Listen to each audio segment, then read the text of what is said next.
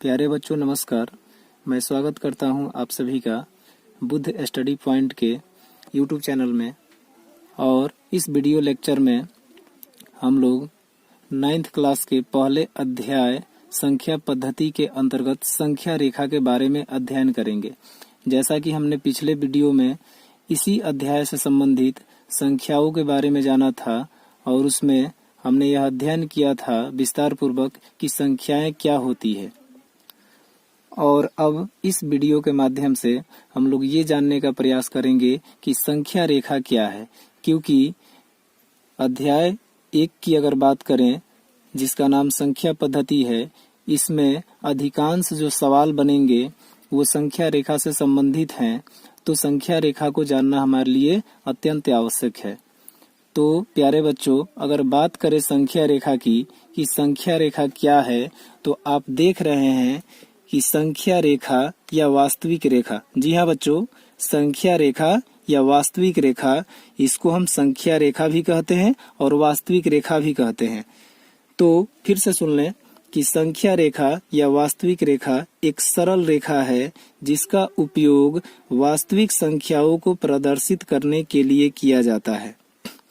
अब बात करें कि संख्या रेखा पर संख्याओं को कैसे प्रदर्शित किया जाता है, तो इस रेखा पर संख्याएं एक बिंदु के रूप में दिखाई जाती हैं। ठीक सुना आपने बच्चों, इस रेखा पर संख्याएं एक बिंदु के रूप में दिखाई जाती हैं। अब अगर बात करें कि संख्या रेखा पर कौन कौन सी संख्याओं को प्रदर्शित किया जा सकता है, तो जैसा कि हमने अभी जाना कि या तो हम संख्या रेखा कहें या वास्तविक रेखा कहें, दोनों बात एक ही है। तो वास्तविक रेखा की अगर हम बात करें तो ये वास्तविक संख्या से संबंधित है। तो वास्तविक संख्याओं की अगर हम बात करें तो जैसा कि पिछले वीडियो लेक्चर में हमने पढ़ा था कि जो भी संख्याएं हम लिखते हैं या पढ़ते हैं वे सभी वास्तविक संख्याएं होती है। तो यहाँ पे वास्तविक संख्याओं की अगर हम बात करें कि इस वास्तविक रेखा पर या संख्या रेखा पर किस प्रकार की संख्याओं को हम प्रदर्शित करेंगे, तो आपको बता दें कि वास्तविक संख्याओं के अंतर्गत हम धन पूर्णांक,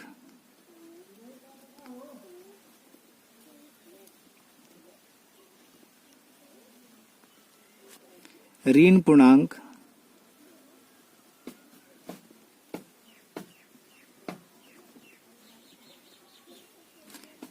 परिमेय संख्या,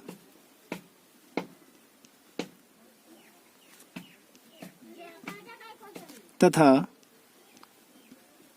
अपरिमेय संख्या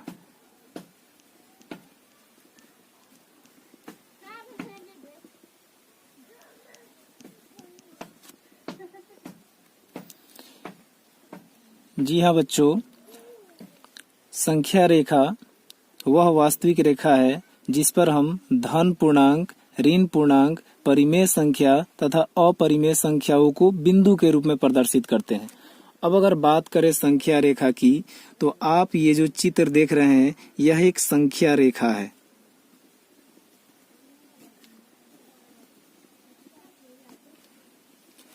यह एक संख्या रेखा है और इस संख्या रेखा की अगर बात करें तो आप देख रहे हैं कि इस पे दो दिशाओं में तीर के चिन्ह से प्रदर्शित किया गया है, जिसमें 0 से दाहिने तरफ धनात्मक पूर्णांकों को अंकित किया गया है। आप देख सकते हैं 1, 2, 3, 4 ये सभी धनात्मक पूर्णांक हैं।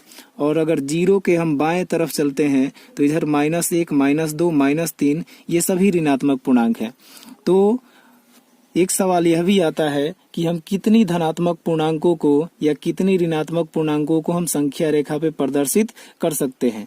तो संख्या रेखा पर प्रदर्शित करने के लिए आपको बता दें कि संख्या रेखा पर अनंत संख्याओं को प्रदर्शित किया जा सकता है। जितनी भी संख्याएं होती हैं, चाहे वो धन पूर्णांक हो, ऋण पूर्णांक हो, परिमेय संख्या हो या अपरिमेय संख्या हो या कोई दशमलव वाली संख्या हो, यानी कि किसी भी प्रकार की संख्या को हम संख्या रेखा पर प्रदर्शित कर सकते हैं। प्यारे बच्चों, तो अब आपके सामने यह जो संख्या रेखा है, हम इस पे देख रहे हैं कि 0 के दाहिने तरफ हम जैसे जैसे आगे बढ़ रहे हैं तो हमें दिखाई दे रहा है 1, 2, 3, 4 और ऐसे करके हम इधर प्लस अनंत तक जा सकते हैं, और अगर 0 से बाएं तरफ की बात करें तो इधर हम माइनस अनंत तक जा सकते हैं। तो इससे यह साबित होता है कि हम अनंत तक की संख्याओं को संख्या रेखा पर प्रदर्शित कर सकते हैं। अब एक चीज यहाँ पे ये भी जानना है कि संख्या रेखा पर हम बाएं से दाएं तरफ जब चलते हैं तो संख्याओं का मान बढ़ता है। जी हाँ बच्चों, संख्या रेखा पर जब बाएं से दाएं तरफ हम चलते हैं तो संख्याओं का मान बढ़ता है, और संख्या रेखा पर जब दाएं से बाएं की तरफ चला जाता है तो संख्याओं का मान घटता है। अब यह जरूरी नहीं है कि यह क्रिया जो है 0 से ही शुरू हो, बल्कि किन्हीं दो संख्याओं की अगर हम बात करें तो हम उनको देखेंगे कि संख्या रेखा पर वे संख्याएं दाएं तरफ है या बाएं तरफ है, और उसके अनुसार हम उनके बीच में ये पता लगा सकते हैं कि इन दोनों संख्याओं में से कौन सी संख्याएं बड़ी हैं। जैसे अगर बात करें 0 से बड़ा 1 है, 1 से बड़ा 2 है, 2 से बड़ा 3 है, और 3 से बड़ा 4 है, और जब इसके आगे तक चलेंगे तो जितनी भी संख्याएं मिलेंगी सब इन संख्याओं से बड़ी संख्याएं ही मिलेंगी। वैसे ही अगर बात करें हम 0 के बाएं तरफ चलें तो -1 जो होगा, यह -1 जो है 0 से छोटा है, -2 जो है ये भी 0 से छोटा है, और -2 और -1 की अगर बात करें तो यह -2 और -1 में -1 -2 से बड़ा है। ठीक सुना आपने कि -2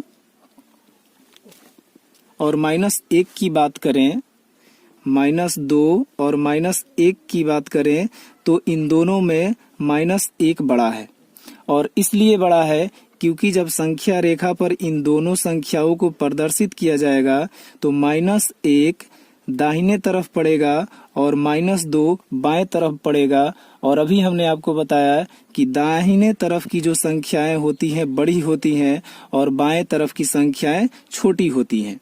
तो जैसा कि आपने देखा कि धन पूर्णांक, ऋण पूर्णांक, परिमेय संख्या तथा अपरिमेय संख्याओं को हम वास्तविक रेखा पर दर्शा सकते हैं, तो अभी यहाँ पे हमने सिर्फ धनात्मक और ऋणात्मक पूर्णांकों को देखा है। अब अगर बात करें परिमेय तथा अपरिमेय संख्याओं की, तो ये जितनी भी संख्याएं हैं हमारी परिमेय संख्या भी हैं, और इस पे हम अपरिमेय संख्याओं को भी प्रदर्शित कर सकते हैं। अब जैसे कि अगर हम बात करें अपरिमेय संख्याओं की, तो जैसे एक अपरिमेय संख्या है √5, √5 एक अपरिमेय संख्या है। तो √5 की अगर बात करें तो यह इस संख्या रेखा पर, जैसा कि आपको पता है कि √4 का वर्गमूल 2 होता है, तो इसका मतलब ये हुआ कि √5 का वर्गमूल 2 से ज्यादा होगा, अर्थात कि यह √5 इस 2 और 3 के बीच में पड़ेगा। अर्थात कि हम इस संख्या रेखा पर अपरिमेय संख्याओं को भी प्रदर्शित कर सकते हैं। अगर बात करें इन सभी संख्याओं की तो हम √4 को हम यहाँ पे 4 के बदले में हम √16 भी लिख सकते हैं, 3 के बदले में √9 भी लिख सकते हैं, और 2 के बदले में √4 भी लिख सकते हैं, क्योंकि √4 का वर्गमूल 2 होता है, √9 का वर्गमूल 3 होता है, √16 का वर्गमूल 4 होता है। अब थोड़ा सा फिर से बात कर ले बड़े और छोटे की, तो हम कोई भी संख्या ले लें और उसको हम पता करना है कि कौन सी संख्या इन दोनों में से बड़ी है। तो जैसे कि यहाँ पे लिख दिए हैं कि -99 और -100, इन दोनों में कौन बड़ा है। तो अगर बात करें बच्चों कि इन दोनों संख्याओं की, तो -99 और -100 को जब हम संख्या रेखा पर लिखेंगे तो यह -99 संख्या रेखा पर दाएं तरफ पड़ेगा। ध्यान से सुनना, यह -99 संख्या रेखा पर दाएं तरफ पड़ेगा -100 से, इसलिए यह -99 -100 से बड़ा होगा। आपको याद रखना है कि संख्या रेखा पर कोई भी संख्या अगर हम तुलना करें बड़ा छोटा के लिए, तो माइनस वाली जो संख्याएं होती हैं, ध्यान से सुनिएगा, 2 ऋणात्मक संख्याओं में जो संख्या छोटी होती है वही संख्या रेखा पर बड़ी होती है और वास्तव में भी बड़ी होती है। जैसे अगर बात करें -40 की और -36 की, तो यहाँ पे -40 और -36 दोनों के बीच में -36 हमारा बड़ा हो जाता है, क्योंकि संख्या रेखा पर यह -40 के दाहिने तरफ पड़ेगा और संख्या रेखा पर -36 के बाएं तरफ -40 पड़ेगा। संख्या रेखा से संबंधित या संख्याओं से संबंधित एक और बड़ी बात है जानने के लिए, जो हम कहेंगे कि किन्हीं भी दो संख्याओं के बीच में अनंत संख्याएं होती हैं। जी हाँ बच्चों, किन्हीं भी दो संख्याओं के बीच में अनंत संख्याएं होती हैं।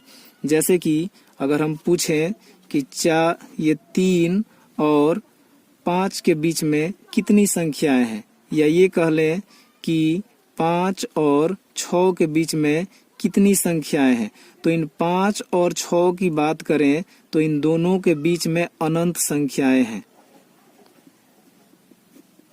इन दोनों के बीच में अनंत संख्याएं हैं। इसका मतलब ये हुआ कि कहीं भी अगर कोई दो संख्या है और उनके बीच की संख्याओं की बात की जाए तो किन्हीं दो संख्याओं के बीच में अनंत संख्याएं होती हैं, उसका कोई अंत नहीं होता है।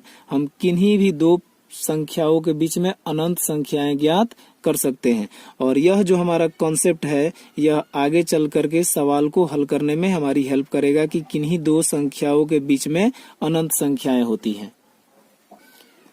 उम्मीद करता हूं कि यह वीडियो लेक्चर आपको पसंद आया होगा, और प्यारे बच्चों इस वीडियो को लाइक करें, शेयर करें और चैनल को सब्सक्राइब करके बेल आइकन को दबाना ना भूलें।